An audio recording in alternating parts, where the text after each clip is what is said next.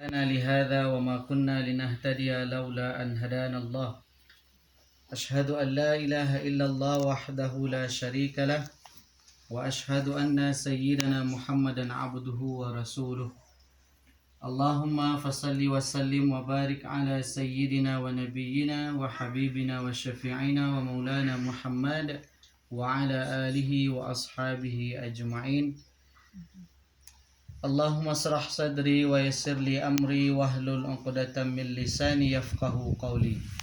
Subhanaka la ilma lana illa ma 'allamtana innaka antal alimul hakim. Ibu-ibu, ma'wo, ete para ibu-ibu majelis taklim Pasukuan Jambak yang dimuliakan oleh Allah.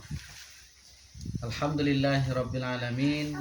Kembali kita bersyukur kepada Allah karena tidak ada nikmat yang lebih luar biasa kecuali nikmat Allah berikan kepada kita, kenikmatan bersaudara. Karena hal kedua yang dianjurkan oleh agama Islam setelah iman kepada Allah Subhanahu wa taala adalah al-ukhuwah Islamiyah, persaudaraan dalam Islam. Makanya kata Allah Subhanahu wa taala, ya ayyuhalladzina amanu, wahai orang-orang yang beriman, innamal mu'minuna ikhwah, hanya saja orang-orang yang beriman adalah bersaudara. Tidak akan diakui keimanan awak kalau seandainya awak tidak mengakui persaudaraan yang seiman gitu. Jadi orang yang beriman kepada Allah pasti beranggap akan mempunyai sifat saudara seiman di dalam dirinya. Makanya kata Rasulullah sallallahu alaihi wasallam, la yu'minu ahadukum hatta yuhibba li akhihi. Tidaklah seorang itu beriman kepada Allah, tidak sah imannya. Kata ulama, la kamala fiha, tidak sempurna di dalam dirinya keimanan kalau seandainya inyo alun mencintai saudaranya mali nafsi sebagaimana nyo cinta kepada dirinya sendiri. Nah, insyaallah itulah yang akan kita bahas pada sore yang berbahagia kini. Kemudian salawat dan salam kita minta kepada Allah agar disampaikan buat Nabi kita Muhammad sallallahu alaihi wasallam. Allahumma salli ala sayyidina Muhammad wa ala alihi wa ashabihi ajma'in. Ibu-ibu, ete-ete, ma'wo, majelis taklim Pasukuan Jambak yang dimuliakan oleh Allah. Di dalam hadis Rasulullah sallallahu alaihi wasallam, terkhusus di dalam hadis-hadis mulia Rasulullah yang dikarang oleh Sahih Bukhari, Imam Bukhari, dan dikarang oleh Imam Muslim di dalam Sahih Imam Muslim, kemudian dicantumkan kembali di dalam kitab Jauharul Bukhari. Setelah perkara iman dibahaslah perkara persaudaraan. Kemudian untuk mendapatkan dunia yang dijanjikan oleh Allah hasanah, yang kita minta kepada Allah setiap hari, setiap pagi, setiap siang, setiap malam, setiap hari kita minta kepada Allah. Anan kita minta di penghujung doa kita, Rabbana atina fid dunya hasanah wa fil akhirati hasanah wa qina adzabannar. Maka untuk mendapatkan kebaikan akhirat harus ada hubungan baik dengan Allah. Untuk mendapatkan kebaikan di dunia harus ada hubungan baik dengan manusia. Hubungan baik maksudnya hubungan baik kepada Allah Subhanahu wa taala harus dilandasi dengan keimanan. Baru bisa elok hubungan dengan Allah. Ba'a caranya awak bisa elok hubungan dengan Allah sedangkan awak tidak percaya dengan Allah. Makanya di dalam asasul hayat fid dunya, landasan kita hidup di dunia ku tiga saja, ibu. Tak lebih daripada tiga ku. Kalau nyo hidup bahagia di dunia dan di akhirat, tiga sen syaratnya. Yang pertama, akidah awak ke Allah dulu. Iman awak ke Allah, kepercayaan awak kepada Allah. Baca ronyo awak percaya kepada Allah, maka harus awak pelajari akidah nan 50. Ngan sudah diajarkan oleh nyanyi kita dulu. Akidah yang 50 tu Ustaz. Akidah nan 50 tu adalah akidah Ahlus Sunnah wal Jamaah. Akidah itu dibagi kepada 3. Ada yang wajib, ada yang mustahil, ada nan jaiz bagi Allah. Yang wajib bagi Allah ada 20. Mulai dari wujud sampai kaunuhu mutakalliman. Ada yang mustahil bagi Allah mulai dari Adam sampai Somyan. Ada nan jaiz bagi Allah. Allah boleh mengabulkan doa awak, Allah boleh tidak mengabulkan doa awak. Allah boleh bagi awak rezeki, Allah boleh tidak bagi awak rezeki. Allah boleh menciptakan awak, Allah boleh tidak menciptakan awak. Artinya boleh bagi Allah. Itu wajib awak ketahui sebagai bentuk iman awak kepada Allah. Kemudian ampek wajib bagi Rasul. Yang wajib bagi Rasul dan tak boleh ternafi dari Rasul dan wajib awak yakini. Kemudian wajiblah meyakini bahawa Rasulullah tu punya sifat mustahil pada beliau. Tak ada sifat tu pada diri Rasul. Kalau seandainya tidak ada sifat tu dalam diri beliau, sifat mustahil tadi, maka otomatis beliau bukanlah Rasulullah, bukanlah utusan Allah. Dan sifat jaiz satu bagi Rasul, beliau mempunyai sifat kemanusiaan. Rasulullah itu punya sifat sebagaimana sifat kita. Rasulullah litak, Rasulullah haus, Rasulullah punya rumah, Rasulullah punya bini. Itu sifat basariah dan boleh bagi Rasulullah. Dan lebih ko Rasulullah tu kita upik, Rasulullah punya bini 9. Anda diupik, Rasulullah punya bini 9. Lobo mah. Tak boleh itu dah. Rasulullah tu sifatnya manusiawi yang seperti itu. Itu membuktikan bahawa Rasulullah itu adalah manusia dan bukan Tuhan. Makanya Rasulullah itu tidak boleh disembah. Kenapa? Karena beliau punya sifat kemanusiaan. Lah selesai akidah kita. Kalaulah percaya kita dengan sematang-matangnya akidah nan 50 tadi, atau kita kenal dengan aqidatul khamsin, akidah nan 50 itu Amo percaya, Fandi percaya bahasa ibu-ibu di Majlis Taklim kini itulah dipelajari dulu semasa di MDA. Tapi mohon maaf, kini Allah mulai terkikis. Di pasar tu itu dipelajari dulu. Nah, ada dipelajari akidah nan 50. Babantun, karena akidah yang 50 diklaim sebagai akidah yang sesat kini. Tapi kita alhamdulillah karena sudah mengajar di surau, jadi dia dipanggil anak-anak muda tu untuk belajar akidah 50 tu beliau. Orang yang mempercaya akidah 50 insyaAllah akidahnya mantap. Kemudian akidahlah selesai. Ba'alai yang kedua, pondasi hidup kita nak bahagia di dunia dan di akhirat. Dan kedua adalah ibadah awak ke Allah. Tahu awak fungsi awak di dunia. Ibu-ibu Majlis Taklim yang dirahmati oleh Allah. Allah ciptakan kita sempurna. Lah sudah Allah ciptakan. Hidung maduk ke bawah, talingo siwak kiri dan kanan. Allah ciptakan mulut dan rancak. Allah ciptakan bibir dan rancak. Allah ciptakan tangan. Allah agih lo sempurna di setiap anggota tubuh awak. Andaikan tanganku nak bajari, kira-kira baca caranya awak menjambu nasi awak. Allah berikan kesempurnaan. Makanya Allah katakan, laqad khalaqnal insana fi ahsani taqwim. Allah sudah menciptakan kita dengan sempurna, kesempurnaan dari seluruh makhluk Allah. Allah ciptakan talingo, Allah ciptakan hidung, Allah ciptakan mata. Tapi sadonya tu Allah ciptakan ada tujuan. Tujuannya, ketika Allah ciptakan kita, Allah titipkan hal yang suci dari Allah. Itu rohnya. Allah ciptakan kita dari tanah, kemudian Allah titipkan sesuatu dari kaki kita. Itu Allah titipkan roh beliau kepada beliau. Roh itu maksudnya adalah wa nufikha fis suri. Allah tiupkan roh ke dalam tubuh awak. Allah tiupkan roh yang bisa menghidupkan awak. Nah nanti roh tu akan kita dikembalikan balik ke Allah, dan roh tu akan dipertanggungjawabkan di awak masing-masing. Kalau roh tu selama di dunia, jasad dan kita pakai semasa di dunia untuk taat kepada Allah Subhanahu wa taala, insya-Allah selamat di akhirat.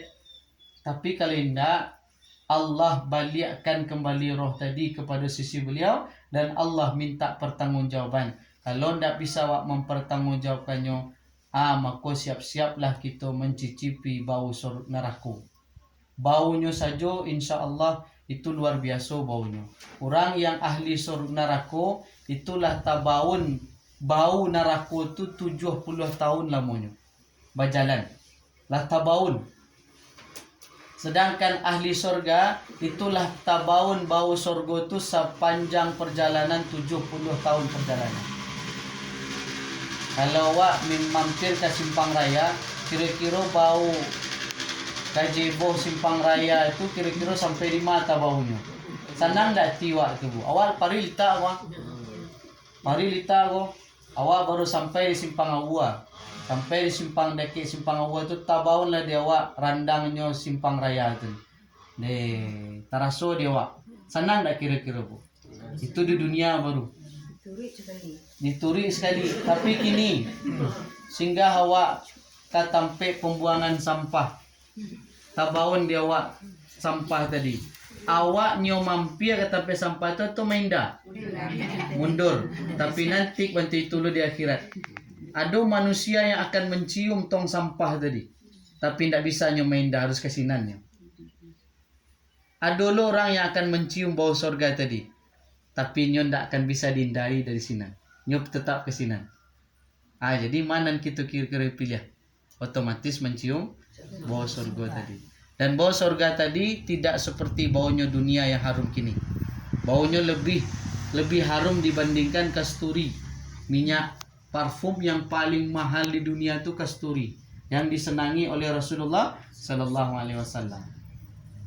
Kemudian yang ketiga adalah barasi hati. Kalau nyo selamat di dunia barasi hati, maka barasi hati tadilah yang bisa menimbulkan rasa cinta ke saudara. Tapi kalau seandainya hati wak banyak penyakit, salah satu penyakit hati. Yang pertama sekali, penyakit hati yang paling parah itu adalah hasad. Dengki. Makanya di dalam Al-Quran, awak minta ke Allah agar awak dilindungi dari orang yang dengki.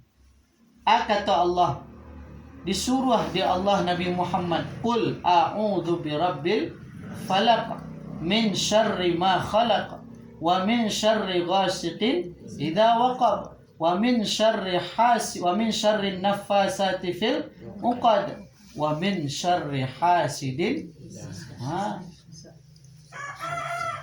Awak berlindung ke Allah dari orang yang dengki. Kalau nyo nak dengki tak masalah.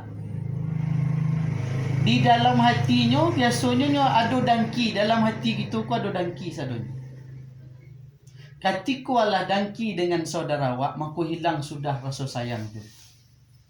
Nanti buah rasa benci. Ketika lah tiba rasa benci tadi, maka akan tiba rasa menyelenyapkan. Supaya nikmat yang ada padanya awak bisa melenyapkannya. Makanya Imam Al-Ghazali rahimallahu ta'ala membagi dengki itu jadi 3. Ada dengki nyo caliak biasa saya. Antah nyo tapi nyo rezeki dari Allah, patang tu nyo bansai nyo. Itu sih bisanya. Ada dengki dan kedua, dengki kedua. Berniat nyo menghilangkan orang tadi, nikmat yang ada pada dirinya. Dan ketiga itu lebih parah. Nyo mengicik langsung ke Allah. Ya Allah, Engkau agih nyo rezeki dan banyak, ambo mah rezeki. Itu lebih parah tu. Maka dicela oleh para ulama. Dengki yang seperti itu, dengki yang paling parah bantun. Karena nyo ndak rela dengan ketetapan Allah. Nyo ndak redha dengan ketetapan Allah. Yang pertama bolehlah, tapi tetap berdosa. Karena lah mau pe. Kemudian yang kedua, akulah lebih tingkatannya, levelnya lah parah sangat. Kemudian yang lebih parah bana, sakit hatinya tu bana lah sampai ke taraf doa. Nyo minta ke Allah, ya Allah bako kainyo dia gira rezeki, bako ndak kambo saja. Ambo ku kan beribadah lo ya Allah. Ambo pai haji tiap tahun, tapi bako inyo dia gira rezeki tadi. Itu sedang mengutuk Allah namanya. Amo ko dangki yang seperti ko dilaknat oleh para ulama. Jadi ibu-ibu, ketika hati tadi kotor kepada saudara awak, rasa cinta tu ndak kado. Makanya kata Rasulullah sallallahu alaihi wasallam kepada seorang sahabat, la tadkhulul jannah hatta tu'minu. Tidaklah kalian akan dimasukkan ke dalam surga sampai kalian beriman ke Allah. Wala tu'minu hatta tahabbu. Kalian tidak akan bisa beriman kepada Allah sampai kalian saling mencintai. Maka kata Rasulullah sallallahu alaihi wasallam,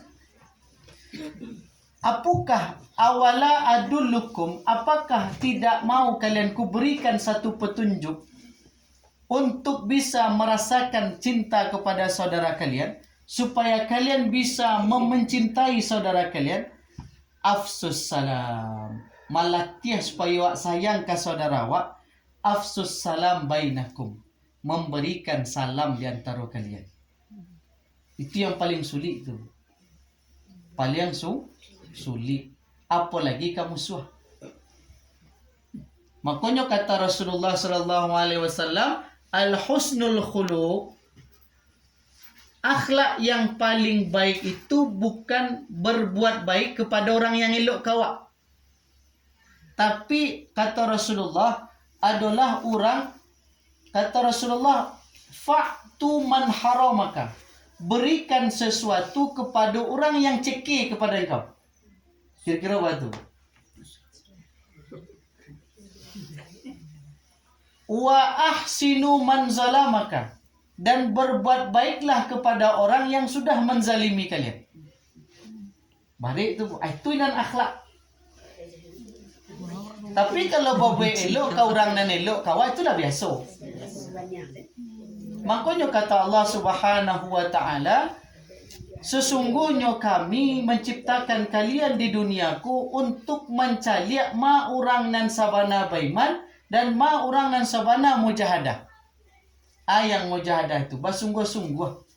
Kalau bawa elok kepada orang nan lah pasti elok kawak, itulah biasa. Tak ada perjuangan. Tapi bawa elok ke orang yang zalim kepada awak, itu ada juangnya. Baak kok solat tahajud ko sangat gadang pahalanya bu. Baak kok solat subuh ko gadang sangat pahalanya. Bahkan kata Rasulullah, rak'atal fajri khairum minad dunya wa ma fiha. 2 rakaat fajar, sebagian ulama mengatakan solat sebelum solat subuh, solat sunat. Ulama sebagian mengatakan solat subuh itu benar. Melaksanakan 2 rakaat solat fajar itu lebih bagus dibandingkan dunia dan isinya. Lai tahu bu, isi dunia aku sadonya. Dia giat kini ke ibu sadonya kira-kira apa? Anda dunia kau lah. Sa baru hari itu sa baru apa? Dia giat kawat tanah aku sadonya. Manga itu bu. Kalau orang lah lobo, memang itu yang mintanya. Kan kata Rasulullah, kalau orang lah cinta kepada dunia, itu kecintaannya akan membuatnya kelimpasian, sibuknya dengan dunianya. Contoh, dulu pernah ngaji di pasar dulu. Jadi masuklah jemaah tadi, pulang balik indah ilang mulia senyum. Ditanyalah di belakang Amah Mukhtar ada masjid itu. Tanyalah sini. Bu cari apa bu? Cari dompet Ustaz dompet awak hilang. Isinya berapa bu? Isinya ada, ndak ada isinya Ustaz. 50 isinya nyon. 50.000 nya Ustaz. Tapi bantu itu kelimpasiannya. Oh mantun kan? Tapi coba kalau seandainya kita kehilangan solat subuh 1 kali saja. Ada ndak kelimpasian bantu itu? 50.000 itu bagian dari mana dunia itu kira-kira? Padahal Rasulullah ngecaan as-salatul fajri rak'atal fajri khairun minad dunya wa ma fiha. 2 rakaat fajar itu lebih baik dibandingkan dunia dan seisinya. Artinya ndak manga-manga dunia je 2 rakaat tadi itu. Tapi kebanyakan manusia lebih memilih dunia dibandingkan 2 rakaat tadi. Kira-kira 2 rakaat tadi Kabarana tuh. Tapi Allah agu dengan harga yang sangat mahal. Tapi bagi orang yang mati hatinya tidak akan paham itu. Kenapa? Karena memang di dalam hatinya ada penyakit tadi. Penyakit A yang membuatnya sehingga meninggalkan ketaatan kepada Allah. Salah satunya adalah hubbud dunia. Ketika oranglah cinta kepada dunia, maka seluruh penyakit hati itu ada dalam diri. Maka untuk mendatangkan ketenangan dalam hidup, dalam bersaudara, maka hati awak harus lapang. Harus lapang awak. Kalau awak dizolimi sama orang lain, maka jangan dizolimi pula. Kalau awak nyo menjadi orang yang terbaik di mata Allah Subhanahu wa taala, kalau awak nyo menjadi orang yang baik di mata Allah, jangan seperti orang yang menzalimi awak. Alah sudah awak dizolimi, awak balik zolim, beda awak jinyo le. Semua jinyo. Semua jinyo. Makanya ibu-ibu yang dirahmati Allah Subhanahu wa taala, dalam perkara aku memang agak gampang kita sampaikan. Tapi dalam kenyataan, dalam kehidupan kita sehari-hari, kadang-kadang kita lalai dalam hatiku nang perlu bana itu benahi untuk bersaudara. Kalau kita ingin dunia awal elok di dunia dan di akhirat, persaudaranku harus kita eratkan. Salah satunya akulahnya. Mungkin awak di luar jarang bersobo. Maka dibeklah pasukan persatuan pasukan jambak. Di suku jambak sini dulu. Beko di suku koto jangan lupa loh. Kalau dapat bersilaturahim lo pasukan-pasukanku dalam satu masjid, kemudian belo acara majelis taklim pasukan orang Salu. Mantap. Datang datuanya datang Salu. Dan itu pernah terjadi di Pekan Senayan dulu. Pekan Senayan tapi ditinggal. Jadi ibu-ibu yang dirahmati Allah Subhanahu wa taala, kalaulah arif macam itu, maka tidak akan terjadi hukum rimba. Hukum rimba. Nafsi. Siapa lu, siapa gue. Itulah. Di siku alhamdulillah ibu-ibu masih bisa aja minta garam agak sendok ke tetangga. Tapi kalau di Bukit Tinggi tidak bisa gitu. Bantun karena sebelah tetangga tidak tahu dengan sebelah tetangga. Mati sebelah tetangganya tidak sobok, tidak ketahunya tu doh. Kalau seminggu lah tabaun mainnya barulah tahunya besok tetangganya meninggal dunia. Kalau awak tidak bisa bantun doh. Tidak bisa. Bapa karena ada rasa cinta dalam hati awak. Bahkan kata Rasulullah sallallahu alaihi wasallam, "Idza dhabakhtal ma'a," apabila kalian memasak gulai. Ma'a itu gulai artinya. Apabila kalian memasak gulai, fa'aksirul ma'a, maka banyakkan airnya. Kuahnya banyakkan. Kalau awak masak lontong banyak kuahnya. Agih kuahnya. Tegakah kita magih kuah? Kalau orang ada rasa cinta dalam hati, tidak mungkinnya agih kuahnya. Pasti dia agihnya lontongnya agak selesai, dia agihnya dagingnya agak selesai, dia agihnya sambalnya agak selesai. Bantun ditanya oleh sahabat, "Bako kami harus agih wahai Rasulullah?"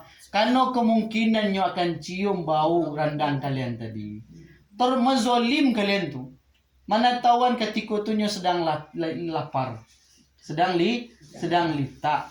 Keciknya ke Allah, ya Allah lama bana ya Allah. Maka kalian tolonglah keraja Allah. Agihlah seketik. Itu ndaknya.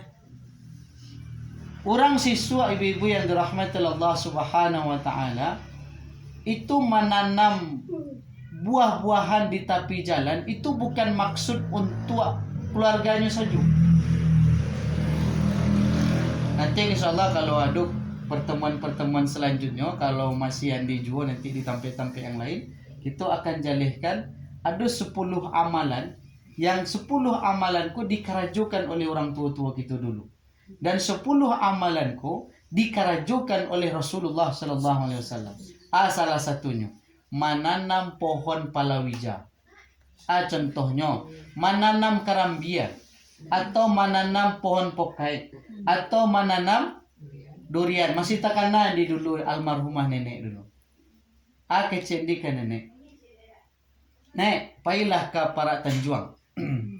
Mangatu menanam durian.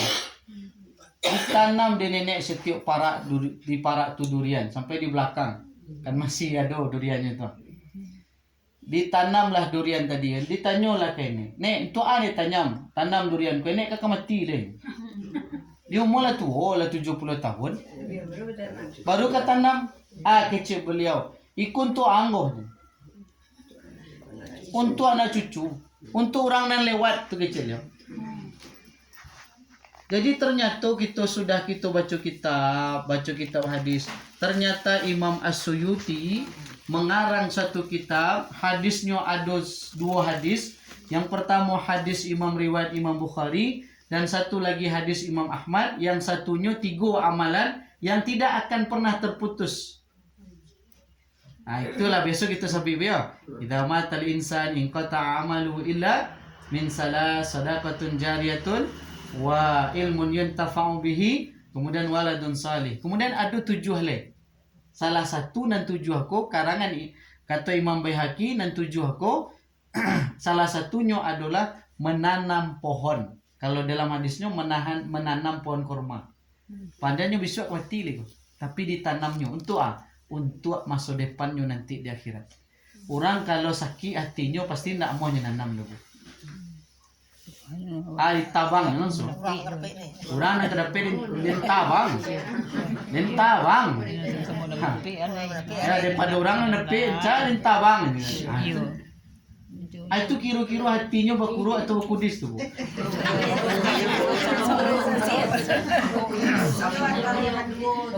Antara yang 2 kilo kamu kepada awak jadi dalam Islam itu mantu itulah.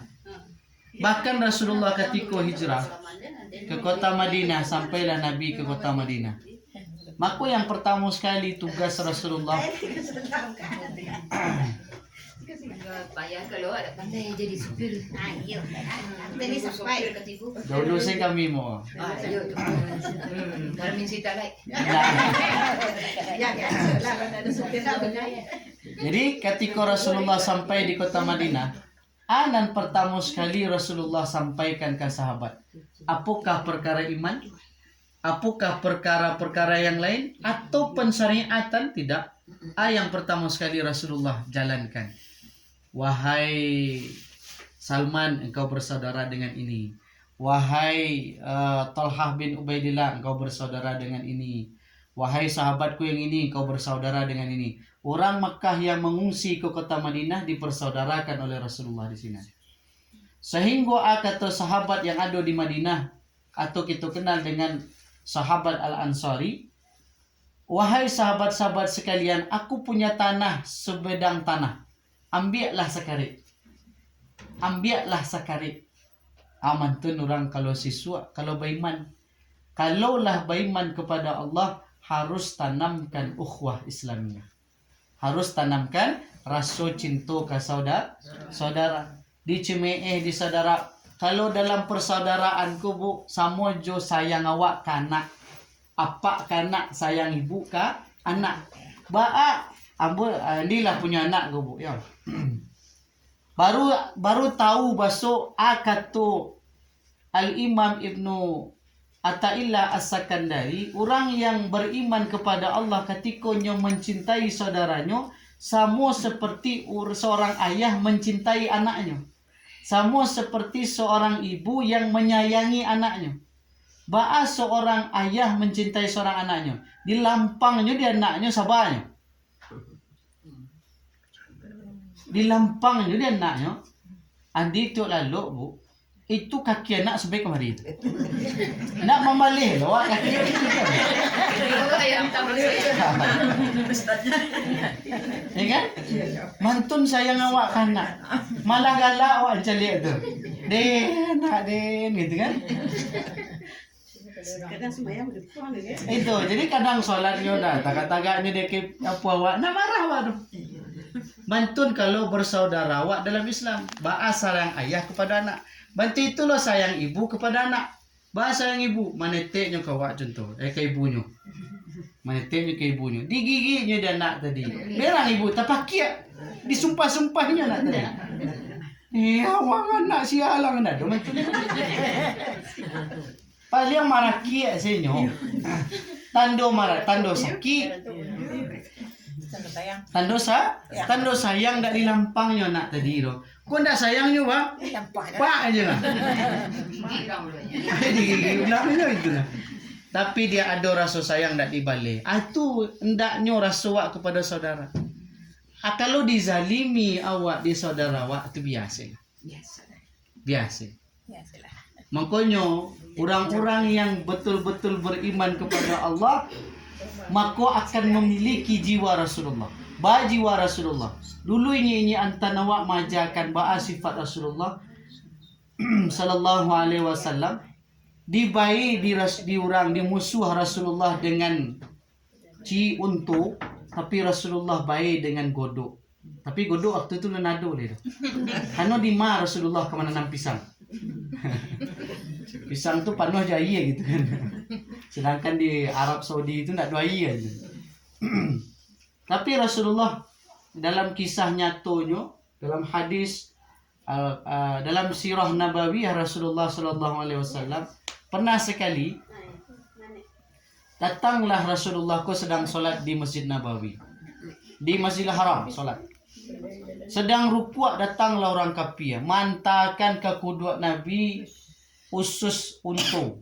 Letakkan di siku berdarah sampai kemari Rasulullah, datang Fatimah didorong. Fatimah nan berang. Fatimah didorong. Hati Rasulullah di lunak, hatinya sabar. Biasa. Awak ni bisa kira-kira tu. Di orang pungkang orang rumah awak kira-kira apa? Rumah di pungkang orang dakwah. Atau lewat orang di rumah awak, kebetulan di tepi labuan tu ada batu banyak. Talendo lah batu di Banonda tu batu tadi. Malang tiang ke rumah awak. Kedua langsung.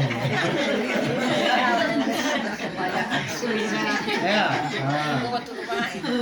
Jadi dulu guru pernah menyampaikan ciri-ciri orang yang sakit hatinya, orang yang punya sakit hati, biasanya mulutnya tu pun akan mengeluarkan yang ada dalam isi hati. Makanya dalam kitab Mukhtasar Jiddan, kitab Nahwu sebenarnya tu, di halaman bab kalam itu jalihkan innal kalama lafi fuadi. Sesungguhnya perkataan dan sabananya itu dari hati. Waju'ilal lisanu lafi waju'ilal fuadi lafil lisani. Dan sesungguhnya dijadikan lisan itu